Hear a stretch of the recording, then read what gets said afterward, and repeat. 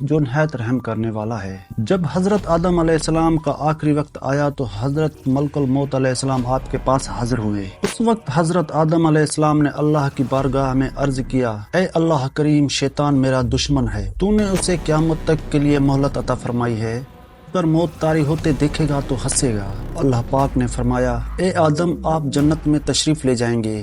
آپ کے دشمن شیطان کو ایک وقت کے لیے اس دنیا میں رہنا ہوگا، جب اس کی مہلت ختم ہوگی تو وہ اگلے پچھلوں کی تکلیف کے برابر موت کی تکلیف اٹھائے گا۔ اب حضرت آدم علیہ السلام نے ملک الموت علیہ السلام سے پوچھا، مجھے بتائیں شیطان پر موت کیسے طاری ہوگی؟ جب حضرت ملک الموت علیہ السلام نے آپ کو شیطان مردود کی موت کے بارے میں بتایا تو آپ نے کہا، رب حسبی حسبی، یعنی اے اللہ کریم، مجھے یہ کافی ہے، میں اس پر راضی ہوں۔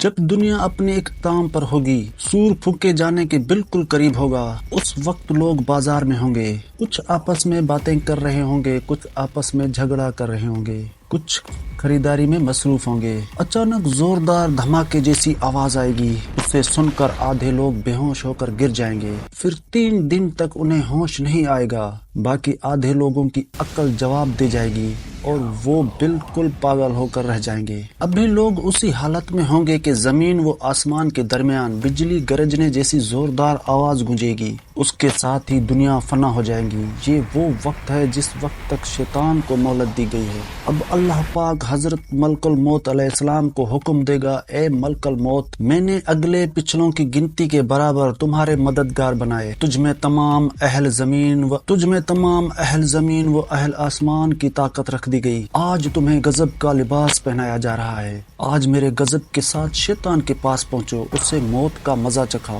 اور آج تک جتنے جنوں اور انسانوں پر موت کی تکلیف طاری ہوئی ہیں، ان سب کی تکلیفوں کے مجموعے میں سے کئی گنا زیادہ تکلیف اس مردود پر طاری کر دو۔ اس کے ساتھ ہی داروغہ جہنم کو جہنم کے دروازے کھول دینے کا حکم ہوگا۔ پھر حضرت ملک الموت علیہ السلام خوفناک شکل کے ساتھ شیطان کے پاس آئیں گے۔ اگر آپ کی اس شکل و صورت کو زمین و آسمان والے دیکھ لیں تو برف کی طرح پگھل جائیں گے۔ حضرت ملک الموت علیہ السلام شیطان کو جھڑکیں گے۔ آپ کی جھڑکنے کی آواز ایسی گرجدار ہوگی کہ اگر مشرق و مغرب والے سن لیں تو ان کی عقل کام کرنا چھوڑ دے گی۔ یہ ہیبت ناک منظر دیکھ کر شیطان بھاگے گا۔ حضرت ملک الموت علیہ السلام فرمائیں گے، اے خبیث، رک جا، تو نے آج تک جتنوں کو گمراہ کر کے جہنم تک پہنچایا ہے، آج تمہیں ان سب کی تکلیف کے برابر تکلیف میں مبتلا کیا جائے گا۔ تو نے کتنی لمبی زندگی پائی، کتنوں کو گمراہ کیا، کتنوں کو جہنم میں پہنچایا، وہ سب جہنم میں تیرا انتظار کر رہے ہیں، تیری مہلت ختم ہوئی، اب بھاگ، کہاں تک بھاگے گا؟ اس وقت شیطان مردود کو بھاگنے کے لیے کوئی جگہ نہیں مل رہی ہوگی۔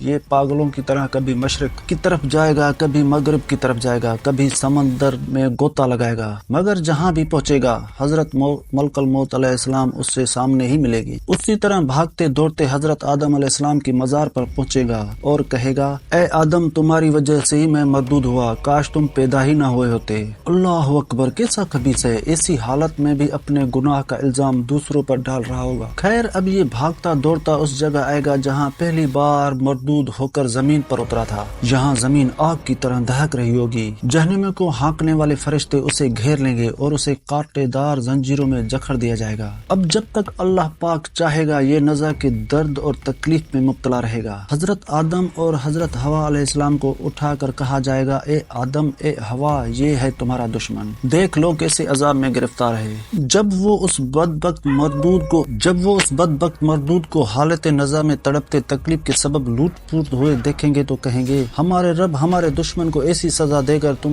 نے ہم اپنی نعمت تمام کر دی۔ آخر شیطان مردود تڑپ تڑپ کر موت کے گھاٹ اتار دیا جائے گا۔ پیارے اسلامی بھائیوں، غور فرمائے، شیطان مردود کی کیسی مٹی پلیت ہوگی، کیسے ہولناک سزاؤں میں مبتلا ہوگا۔ یہ تو ابھی صرف نزع کی کیفیت کا بیان ہے۔ روز قیامت جہنم میں اس مردود کو جو سزا ہوگی اس کا بیان کون کر سکتا ہے؟ جانتے ہیں اس مردود کو یہ سزا کیوں ملے گی؟ اس کا ایسا بھیانک انجام کیوں ہوگا؟ اس لیے کہ اس بدبخت نے اللہ پاک کے نبی حضرت آدم علیہ السلام کی گستاخی کی، نبی کے مقابلے میں تکبر کیا، اللہ پاک کا نافرمان ہوا۔ اللہ پاک کے حکم کے سامنے اس مردود نے اپنی عقل دوڑائی، جس کی سبب ذلت اور رسوائی اس کا مقدر